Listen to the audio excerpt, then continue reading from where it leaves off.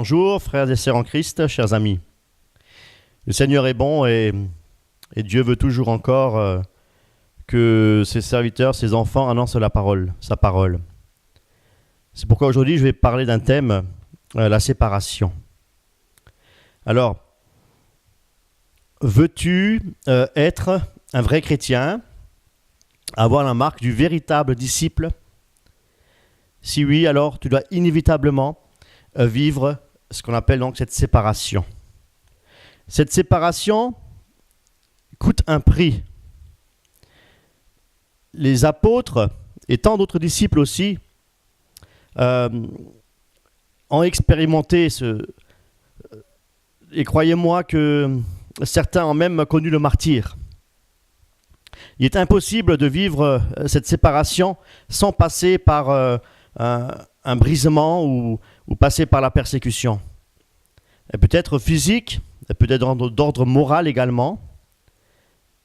Il faut savoir qu'un véritable chrétien est détesté par le diable. Et si nous vivons cette séparation, nous serons les premiers de la cible, de la liste à être persécutés. On est on est bien ciblé par rapport au diable. Nous sommes la cible du diable.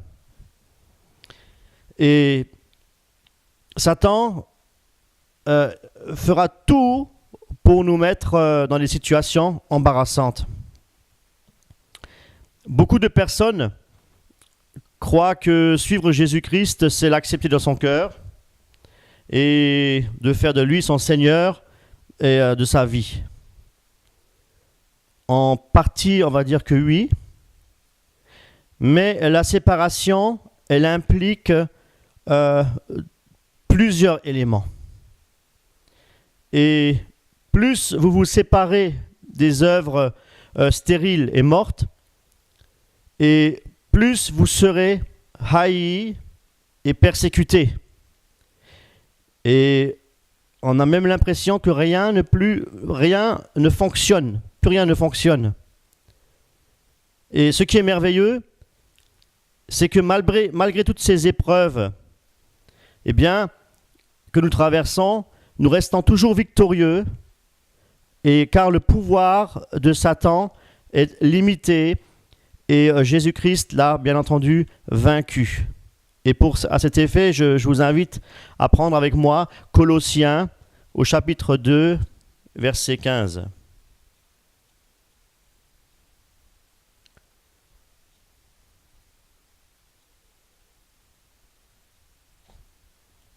Colossiens, chapitre 2, au verset 15, où il est dit: Il a dépouillé les dominations et les autorités et les a livrées publiquement en spectacle, en triomphant d'elles par la croix. Vous savez, si je vous parle de cela, c'est bien parce que nous le vivons. Et cela pourrait être pour toi aussi, qui me regarde, une exhortation, un encouragement. C'est vrai que plus on prie, plus on s'approche de Dieu, plus on évangélise, plus Satan se déchaîne. Et on a vraiment le sentiment que plus rien ne va. Mais sache que le Seigneur il est tout près de toi et t'aime. Et Jésus-Christ, il a souffert, il a vécu l'injustice et on s'est moqué de lui. Et pourtant, il est Dieu. Penses-tu, toi, créature de Dieu, pouvoir échapper justement à cette tribulation, cette persécution? D'autres sont passés par là, à notre tour, maintenant. Mais considère les paroles de Jésus. Matthieu chapitre 5, verset 10.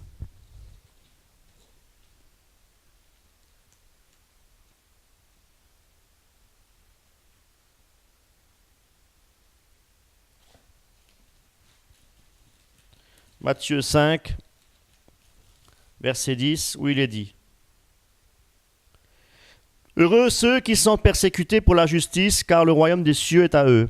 Heureux serez-vous lorsqu'on vous outragera, et quand on vous persécutera, et qu'on dira faussement toutes sortes de mal à cause de moi.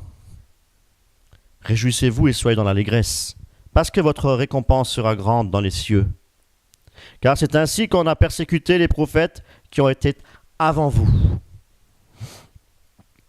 Voilà. Donc oui, mon frère, ma sœur, notre espérance n'est pas dans ce monde. Notre espérance, elle est dans le ciel. Je vous invite à prendre 1 Corinthiens chapitre 2, verset 9. 1 Corinthiens chapitre 2, verset 9.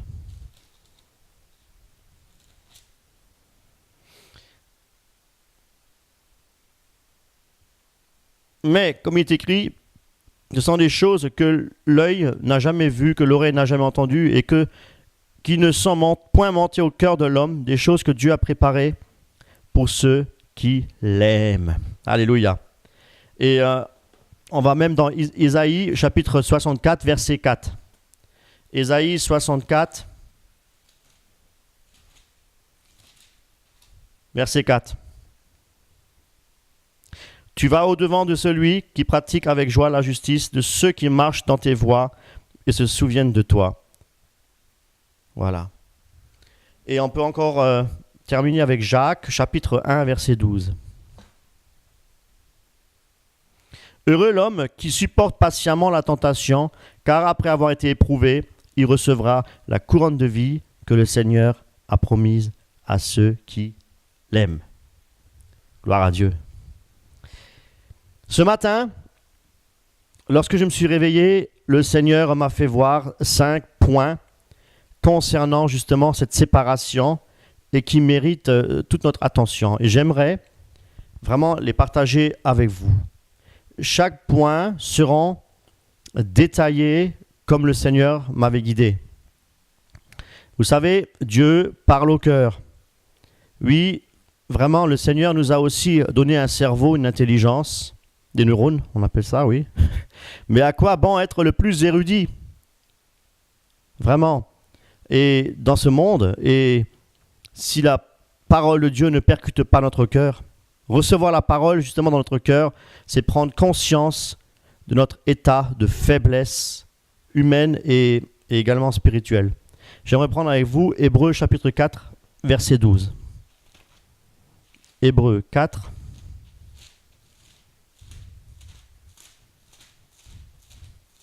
verset 12.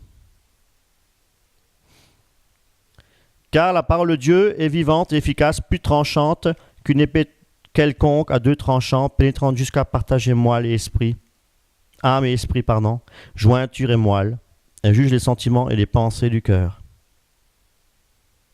Voilà. Alors, laissons l'intellect de côté, humilions-nous devant vraiment notre Dieu tout-puissant et créateur et laissons-le Saint-Esprit œuvrer dans notre cœur en nous. Alors j'aimerais donc aborder ce premier point. Ce premier point que le Seigneur a mis à mon cœur, c'est « Viens et suis-moi ». Alors, si quelqu'un te dit « Viens et suis-moi », quelle serait ta réaction? Tu dirais « Ok, je veux bien venir et te suivre, mais pour aller où? Et déjà, qui es-tu, toi, pour me poser cette question ?» Voilà, donc c'est ce qu'on pourrait se dire. Eh bien, mes amis, c'est Dieu qui parle. Il te dit, viens et suis-moi. Es-tu prêt à venir à lui? Es-tu prêt à le suivre? Prenons un exemple. Si quelqu'un t'invite à dîner et il te dit, viens, mais tu viens seul, sans tes enfants, sans ta femme, j'ai préparé un bon repas et nous avons beaucoup de choses à échanger, toi et moi. Ta réaction, si elle est positive, forcément, oui, je précise, si elle est positive, pourquoi? Parce que Dieu nous laisse libres. Tu es libre, tu as le droit de refuser cette invitation. Eh bien, tu prends la décision d'y aller. Et pour y aller, il faut, c'est inévitable, quitter ton foyer, ta femme et tes enfants. Tu es invité seul. Jusque-là, tout va bien. Tu arrives chez lui Et pendant le repas, il te pose la question. Dis, tu es venu parce que chez moi, jusque chez moi, parce que je t'ai dit de venir? Eh bien, tu es venu. Mais maintenant, je vais te poser une autre question. Es-tu prêt à me suivre? Suivre? Oui, mais où? Quelle serait votre réaction? Pour moi, personnellement, je dirais, je veux bien te suivre, j'en connais les conséquences. C'est que je serais dépendant de toi seul. Et je ne saurais jamais où tu m'emmènerais. C'est pourquoi, avant de m'engager avec toi, j'aurais besoin de ta confiance. Oui, mes amis, c'est la vérité. Avons-nous confiance en Jésus-Christ de Nazareth? Si oui, eh bien, nous pouvons être convaincus que malgré toutes les tribulations que nous pouvons passer et les persécutions, eh bien, il sera toujours avec nous. Pourquoi? Parce qu'il nous aime. Alors, mon frère, ma sœur, es-tu prêt à quitter ton foyer? Non seulement pour venir à lui, mais encore pour le suivre. Et ça, effectivement, c'est une autre paire de manches. Et là, je vous invite à aller dans Matthieu, chapitre 10. Matthieu 10, verset 37.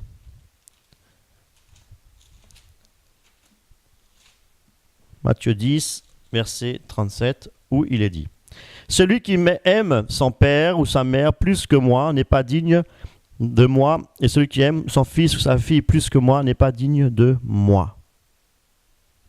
Voilà. Deuxième point. Comme la femme de Lot ne regarde pas en arrière. Dieu nous commande de ne plus regarder en arrière, de ne plus regarder derrière nous. Et pourquoi? Il y a plusieurs raisons à cela. La première, c'est que, en suivant le conseil donc, du premier point, ce que j'ai tout à l'heure énuméré, vous avez donc décidé de venir et de suivre Jésus. Et cela, ça sous-entend effectivement le choix d'un nouveau maître. Qui dit maître, dit soumission et forcément obéissance. En effet, si j'obéis, eh bien, je ne regarde plus en arrière. Pourquoi? Parce que Christ m'a racheté. Et je ne m'appartiens plus à moi-même, mais je n'appartiens plus à Satan. Parce que Christ a payé le prix. Et justement, il a payé ce prix en versant son propre sang sur la croix de Golgotha. De ce fait, il m'a donc réellement affranchi du péché et je ne suis libre, je ne suis plus donc esclave du péché pour encore obéir à mes penchants, à obéir donc à toutes ces convoitises charnelles. Cela dit, regarder en arrière, c'est quelque part même se souvenir des convoitises de la chair, des flirts, des bons moments passés donc avec les copains, les bons barbecues bien arrosés, des bonnes balades aussi en bécane. C'était tout de même bien. C'était bien. Les super concerts de jazz, de rock, les fêtes de la musique, donc avec les copains, on riait, on buvait, etc. Donc les fêtes du village, on dansait sur des rythmes effrénés. Bref, bon, on ne va pas étendre toute la liste est longue. Oui, vouloir se souvenir de cela, et c'est pour un chrétien justement d'une part dangereux, parce que la chair justement un risque de reprendre le dessus, et d'autre part un manque de maturité spirituelle. Ce chrétien a juste choisi de venir à Jésus, mais il n'a pas écouté la phrase complète, c'est-à-dire « Viens et suis-moi ». Si on suit Jésus, eh bien, notre vie passée ne doit plus être évoquée, c'est-à-dire apprécier des choses qui sont, aux yeux de Jésus-Christ, condamnables. Suivre Jésus, ça implique un renoncement total à soi-même, donc un renoncement pour pouvoir justement suivre le Maître en toute liberté, qui est Jésus-Christ de Nazareth, et considérer notre passé comme de la boue. Citation dans un verset de Paul. Voilà. Donc, demandons surtout plutôt au Seigneur de nous donner à haïr le péché et toutes ces convoitises mondaines. Par vos propres forces, vous n'y arriverez jamais. Combien de fois j'avais déjà par le passé essayé de ne plus pécher. J'ai dit, Seigneur, ce péché-là, je veux l'abandonner. Là, je veux arrêter. Et puis, je reprenais de plus belle. Eh bien, c'est pourquoi, effectivement, il y a tant de rechutes. Parce qu'on essaye de ne plus pécher par ses propres moyens, par ses propres forces. Eh bien, ces chrétiens, ils ont juste choisi de venir à Christ sans le suivre. Voilà le problème. C'est ça le problème, en fait. Et ce qu'il y a aussi, et les conséquences liées à ça, les conséquences sont désastreuses, mes amis. Pour y arriver, il faut demander chaque jour à Dieu, Seigneur, tu vois mon cœur, il est encore attiré par toutes ces choses de ce monde et j'ai péché encore et encore et le péché est encore vraiment accroché à moi, attaché à moi. C'est pourquoi je viens à toi. Mes efforts personnels, justement, ne me servent à rien. C'est pourquoi, Père, apprends-moi vraiment à te suivre, à suivre Jésus-Christ, ton Fils bien-aimé, notre modèle. Fais de moi ton serviteur. Tu m'as libéré du péché, je suis maintenant libre. Eh bien, que cette liberté puisse m'être utile pour, justement, haïr le péché et toutes ses convoitises. Père, que ton Saint-Esprit me change, me transforme, me fasse ressembler tous les jours à Jésus. Merci Seigneur, parce que j'ai prié selon ta volonté, Seigneur. Oui, et je sais que ces prières sont exaucées. Alors je m'attends maintenant à toi et à la puissance du Saint-Esprit dans ma vie. Amen. J'aimerais bien prendre avec vous 2 Corinthiens au chapitre 5, verset 10. 2 Corinthiens 5, au verset 10. Car il nous faut tous comparaître devant le tribunal de Christ, afin que chacun reçoive selon le bien ou le mal qu'il aura fait, étant dans son corps. Philippiens, prenez avec moi Philippiens 3, 7. Mais ces choses qui étaient pour moi des gains, je les ai regardées comme une perte à cause de Christ. Et même, je regarde toutes ces choses comme une perte à cause de l'excellence de la connaissance de Jésus-Christ, mon Seigneur, pour lequel j'ai renoncé à tout, et je le regarde comme de la boue, afin de gagner Christ et d'être trouvé en lui, non avec ma justice, celle qui vient de la loi, mais avec celle qui s'obtient par la foi en Christ, la justice qui vient de Dieu par la foi. Alléluia. Prenez encore avec moi Luc chapitre 9. Luc 9, verset 61. Luc 9, 61.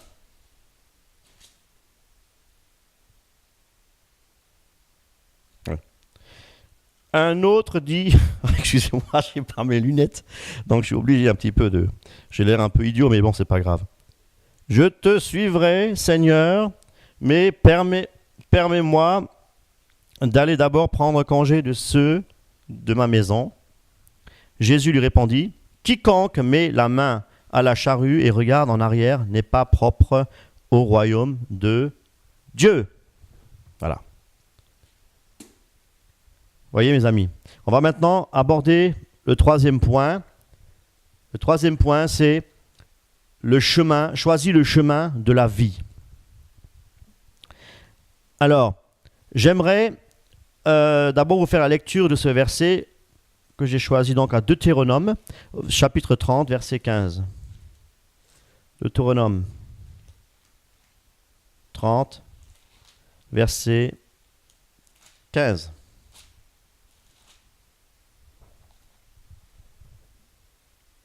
Vois, je mets aujourd'hui devant toi la vie et le bien, et la mort et le mal.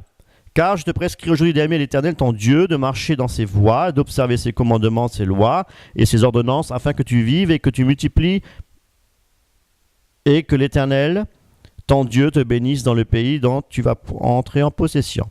Mais si ton cœur se détourne, si tu n'obéis point, et si tu ne laisses entraîner à te prosterner devant d'autres dieux et de les servir, je te vois déclare aujourd'hui que vous périrez et que vous ne prolongerez point vos jours dans le pays dont vous allez prendre possession.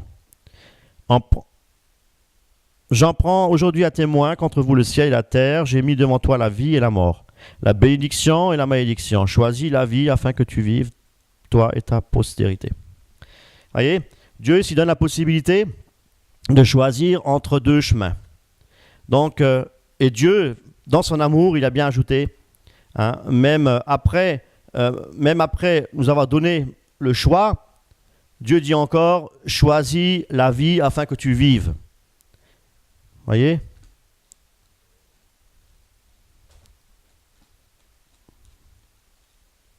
Alors, on va continuer. On va aller dans Ézéchiel. Prenez avec moi Ézéchiel 18, 22. Ézéchiel 18, 22. Toutes les transgressions qu'il a commises seront oubliées. Il vivra à cause de la justice qu'il a pratiquée. Ce que je désire, est-ce que le méchant meure ? Dit le Seigneur l'Éternel. N'est-ce pas qu'il change de conduite et qu'il vive ? Si le juste se détourne de sa justice et commet l'iniquité, s'il imite toutes les abominations du méchant, vivra-t-il ? Toute sa justice sera oubliée, parce qu'il s'est livré à l'iniquité et au péché. À cause de cela, il mourra. Dieu est bon. Dieu est bon. Dieu nous laisse choisir. Et Dieu nous demande de choisir la vie. Vous savez, beaucoup de personnes ne veulent pas de Dieu. Combien de fois, lorsque mon épouse et moi-même, nous évangélisons et leur parlant du Seigneur, ces personnes ont presque toute la même réaction. Oh, ne me parlez pas de Dieu. Si Dieu existait, pourquoi il y a tant de souffrances dans ce monde, de misère, de viol, de haine, etc. Où est l'amour de Dieu dans cette histoire ? Eh bien, parlons d'expérience personnelle. Vous savez, vous avez beau argumenter, vous perdez votre temps et votre énergie. Et au final, rien ne s'est passé. C'est comme si vous parliez à un mur. Eh bien oui, ces personnes ont réellement un mur en face d'eux. Ouais. Il faut vraiment que ce mur soit détruit par la puissance du Saint-Esprit. Vous savez, il y aura des personnes que vous évangélisez qui ne viendront jamais à Jésus-Christ. Pourquoi ? Parce qu'ils ne veulent pas choisir Dieu. Hein ? Pour que le mur soit détruit, il faut une intervention miraculeuse de la part de l'Esprit de Dieu, du Saint-Esprit de Dieu. Et c'est pourquoi chaque individu a cette liberté justement en Jésus-Christ. Vous voyez ? On a tous cette liberté en Jésus-Christ. Nous savons bien que la misère du monde sont la conséquence justement de la désobéissance de l'homme, à ne pas soumettre justement à sa volonté, qui demande vraiment une consécration, une dépendance totale. Aujourd'hui, on ne veut plus s'humilier. L'homme il est devenu tellement égoïste et on nous fait avaler qu'avant le retour de Christ, il y aura même un grand réveil mondial. Quelle folie et quel orgueil. La Bible nous enseigne justement le contraire. On va juste dans Luc chapitre 18, 8. Luc 18, 8.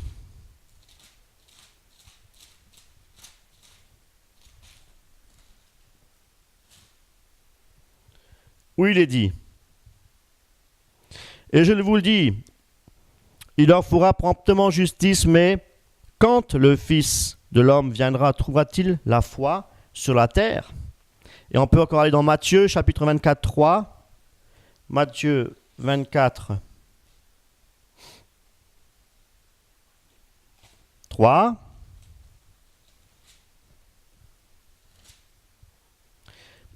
Il s'assit sur la montagne des Oliviers. Les disciples vinrent en particulier lui faire cette question.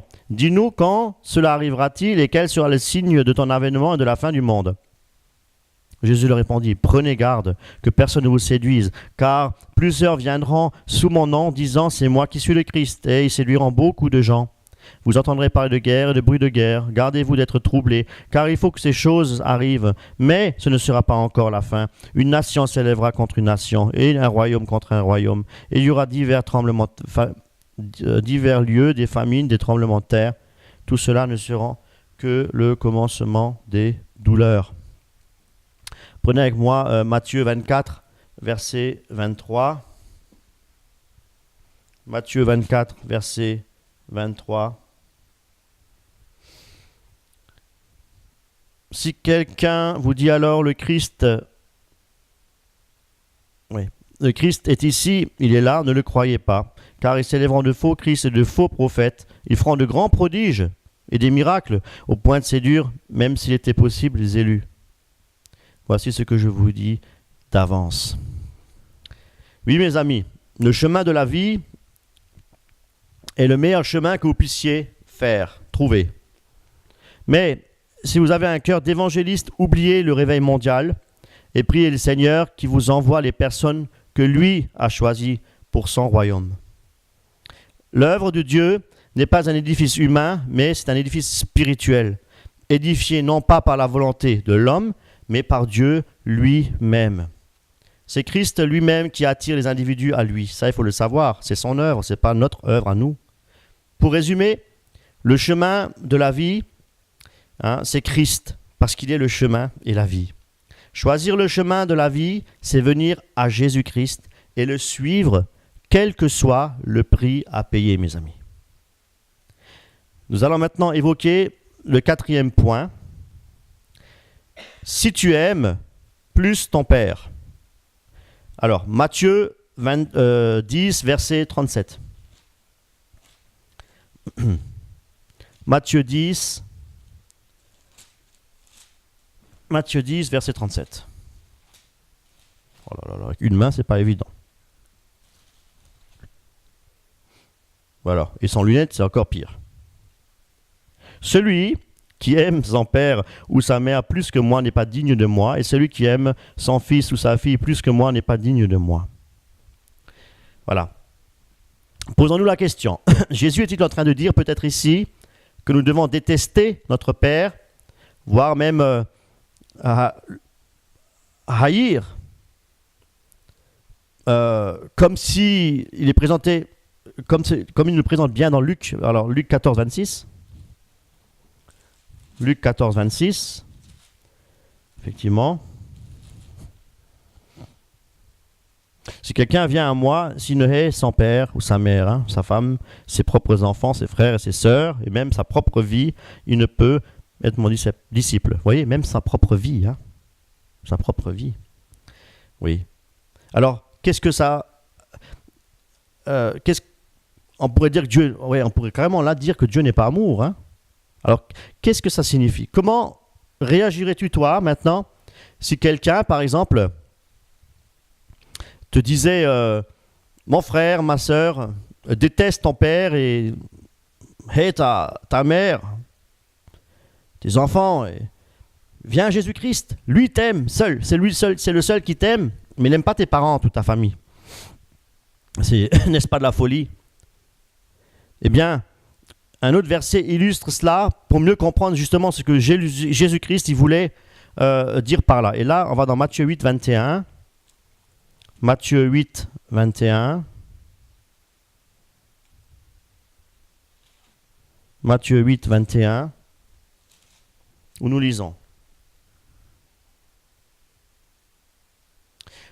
Un autre d'entre les disciples dit « Seigneur, permets-moi d'aller encore ensevelir mon père. » Jésus lui répondit « Suis-moi et laisse les morts ensevelir leurs morts. » Oui, mes amis, pour suivre le Seigneur, nous devons tout quitter.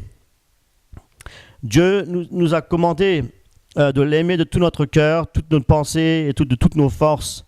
Et en l'aimant de cette manière-là, à ce moment-là, il déposera en nous son amour, pour justement, ça nous permettra d'aimer notre prochain comme nous-mêmes. Et alors, qui est ton prochain? Pour moi, personnellement, mon prochain, c'est déjà mon épouse. Dieu est au centre, du couple déjà. donc de la famille, le couple. Alors, Dieu nous dit de l'aimer, je dois aimer ma femme comme Christ a aimé l'Église. Il a donné sa vie pour elle. Et ensuite, après ça, il y a notre entourage, effectivement. Vous savez, aimer son prochain, ce n'est pas forcément toujours céder à toutes ses exigences, ses caprices. Nos enfants, si vos enfants vivent dans la débauche parce qu'ils ont préféré suivre le monde plutôt que Dieu, eh bien, c'est leur choix. Mais en aucun cas, nous devons nous compromettre dans leur choix. Notre devoir en tant que chrétiens, disciples du Seigneur, c'est de leur apporter la vie, même s'ils ne veulent rien entendre. Et qu'est-ce que la parole nous dit justement là-dedans? On va dans 1 Corinthiens chapitre 5. 1 Corinthiens chapitre 5, verset 11. Où il est dit: Maintenant, ce que je vous ai écrit, c'est de ne pas avoir de relation avec quelqu'un qui, se nommant frère, ou est impudique, ou cupide, ou idolâtre, ou outrageux, ou ivrogne, ou ravisseur, de ne pas même manger avec un tel homme. Qu'ai-je en effet à juger ceux du dehors? N'est-ce pas à ceux du dedans que nous vous avez à juger? Je répète, je reprends ce verset. N'est-ce pas ceux du dedans que vous avez à juger? Pour ceux qui sont du dehors, c'est-à-dire les païens, alors Dieu les juge. Ôtez le méchant au milieu de vous.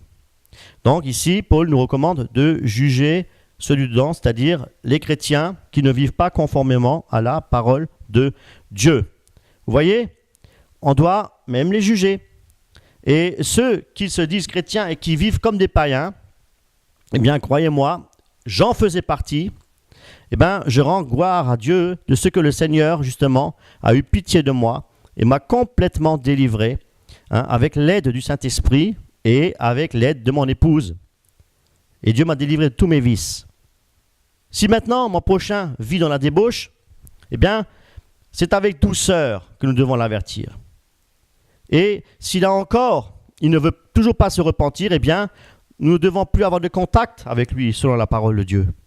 Et lui, continuer à l'aimer, nous devons continuer à l'aimer, à prier pour lui, pour sa délivrance, qu'il accepte de se repentir. Nous devons l'aimer pour qu'il soit sauvé.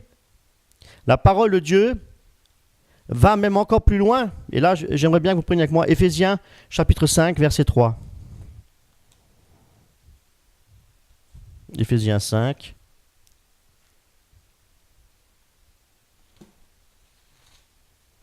Verset 3, où il est dit: Que l'impudicité, qu'aucune espèce d'impureté, que la cupidité ne soit même pas nommée parmi vous, ainsi qu'il convient à des saints. Voilà.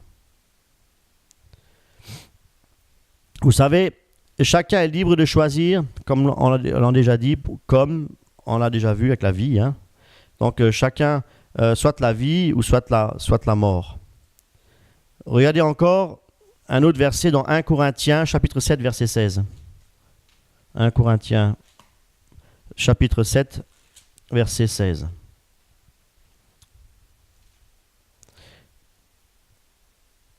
Car que sais-tu, femme? Que sauras-tu si tu sauveras ton mari? Ou que sais-tu, mari, si tu sauveras ta femme? Nous devrions appliquer la parole. Et là, on va encore dans Jacques, chapitre 5, verset 19. J'ai presque pris au hasard. Mes frères, si quelqu'un parmi vous s'est égaré loin de la vérité et qu'un autre l'y ramène, qu'il sache que celui qui l'y ramène, un pécheur, de la voie où il était égaré, sauvera une âme de la mort et couvrira une multitude de péchés. Frères et sœurs, nous paraîtrons tous devant le tribunal de Christ. On paraîtra tous devant le tribunal du Christ, avec toute notre famille, avec notre femme, notre père, notre beau-père. On y sera aussi avec notre mère et tante, oncle, et neveux, nièces et tout ça. On sera tous avec eux devant le tribunal du Christ. Eh bien non, certainement pas.